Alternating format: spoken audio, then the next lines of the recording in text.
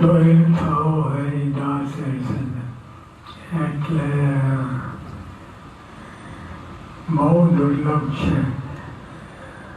સંતનો સમાગમ મારો બહુ દુર્લભ છે. એ દોયલું થવું હરિદાસ એને કોઈ સીમા જ નથી. દોયલ હરિદાસ જોઈએ તો જીવન સુખાશ.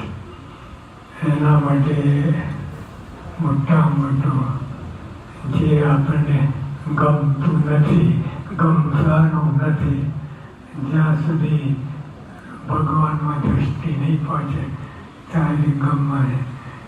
એ દોયલું થવું હોય. જોઈએ તો તન સુખ આસ. આપણે દેહ માટે જીવ્યા છીએ. આમ દેખાય મોટા મહાત્મા થયા, ભક્તો થયા, પણ ટૂંકમાં આપણે આને વ્યાજબી છે, ખોટું નથી. કેમ કે શરીર ભગવાને આપ્યું છે તો કરવું છું. તો આપણે ભગવાનમાં દૃષ્ટિ પહોંચે નહીં. એટલે સ્વાભાવિક છે કે તન સુખમાં આપણે રાખીએ. પણ આ નિષ્ફળ નહીં કહે છે કે એટલું બધું નહીં. તમારે જ્યારે આવે પ્રસંગ ત્યારે તે વખતે જોઈ લેવું, પણ ડૂબી જવું નહીં. એ ના પાડે છે. જોઈએ તો જીવન સુખાશ. એટલે ભાઈ રચ્યા બચ્યા રહેવાની વાત નથી. ભલે શરીર આપ્યું છે. આખી દુનિયામાં તો બધા એ જ કરે છે. અને અહીંયા પણ આપણે જો ભગવાનમાં દૃષ્ટિ પહોંચે નહીં તો આપણે પણ એ જ કરવાના છે અને થઈ જ રહ્યું છે. સુરવીર હોય, સુરા યુદ્ધ લડાઈમાં ચડે એવાની વાત છે. એની રીત અને સંતની રીત બે સરખી છે. કેમ સરખી?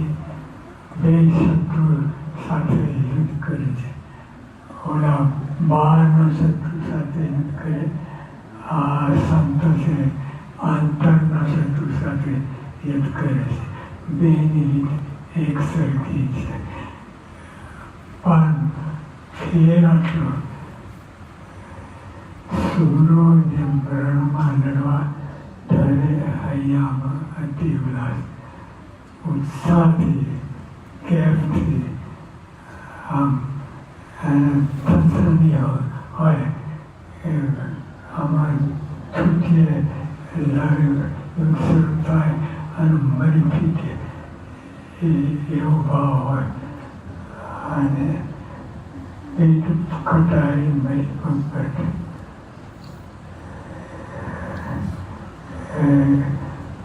કટાઈ. પહેલાના જે ખરેખર શરીર હોય એ પહેલાં પેટમાં કટાઈ મારે.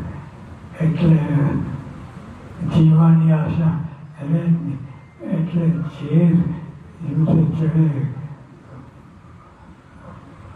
બેફામ એને મરવાની બીકથી મરી જ ગયો છે, મરીને જીવે છે.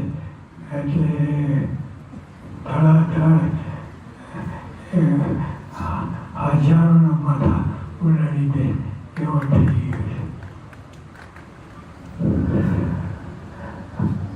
અને જે હવે કોઈની ત્રાસ રવે, કોઈથી બીક કોઈ એકદમ ફ્રી સ્વતંત્ર ચાહે શું કરે. પણ નિશાન છે એટલે સામાન્ય શત્રુને ઉડાડી દેવાનું તમન્ના અતિશય મનમાં એટલે કોઈ કાંઈ રહી ના શકે. પણ મેં આને અતિ ઉત્સાહ છે અંતરશત્રુને ખલાસ કરવા માટે. જરાય મનમાં કંઈ રાખે નહીં, બસ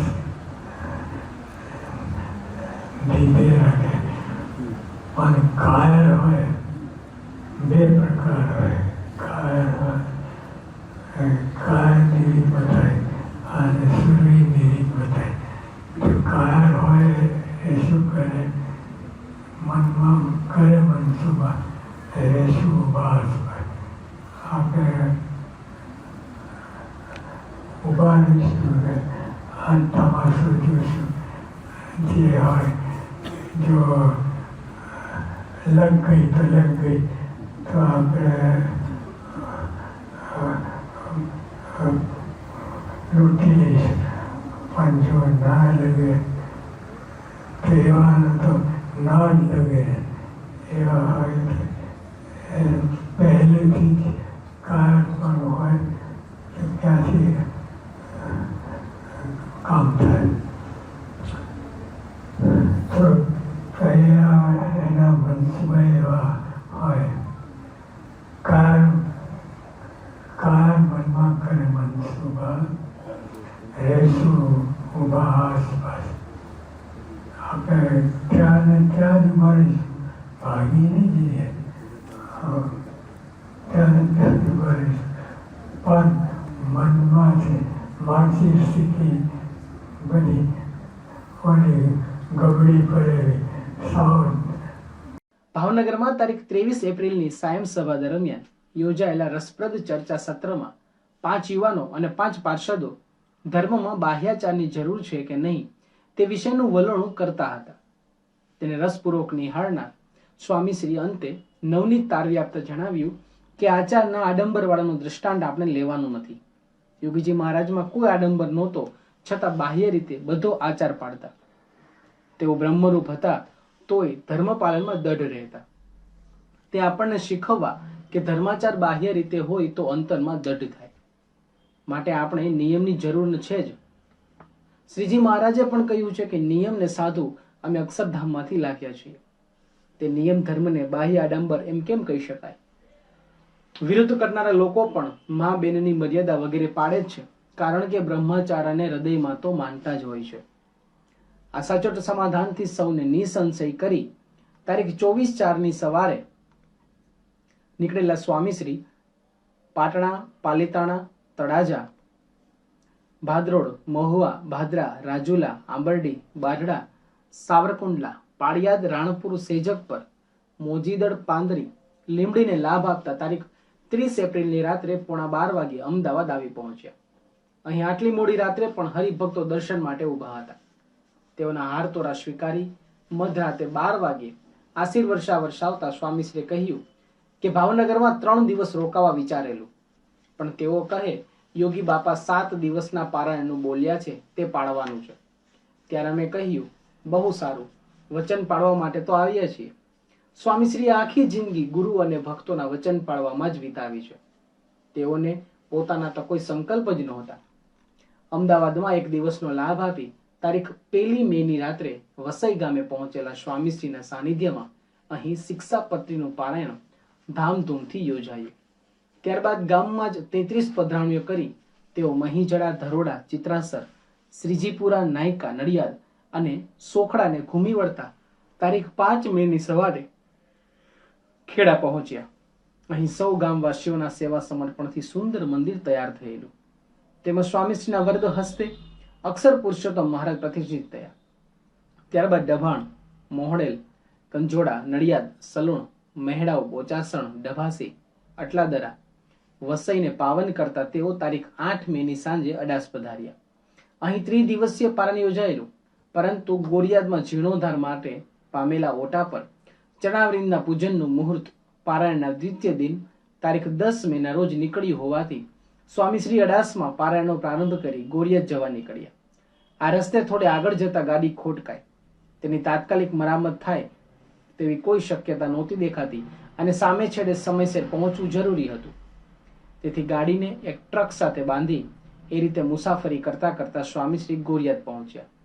અહીં જીર્ણોદ્ધાર નિમિત્તેનો વિધિ આટોપી પુનઃ અડાસ આવીને તેઓએ પારાયણની પણ પૂર્ણાહુતિ કરી.